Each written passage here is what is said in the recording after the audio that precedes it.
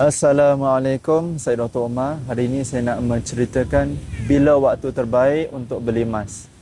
Bagi long term investors, waktu bila-bila adalah waktu yang baik untuk beli emas sebab harga emas memang akan naik dalam jangka masa panjang. Bagi seorang pelabur dalam jangka masa singkat, mereka guna taktik buy low sell. Buy low sell high. Tapi saya rasa saya tak pernah jumpa lagi seorang pelabur dalam jangka masa pendek itu kaya sebab mereka sentiasa mencari-cari bila waktu harga emas murah. Sebenarnya harga emas sepanjang zaman tak pernah murah.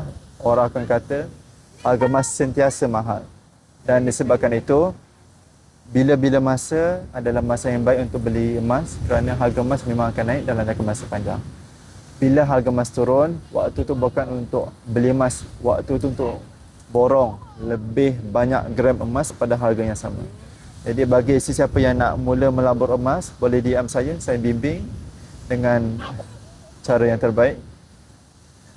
Jangan lupa follow saya. Saya Dr. Omar. Assalamualaikum.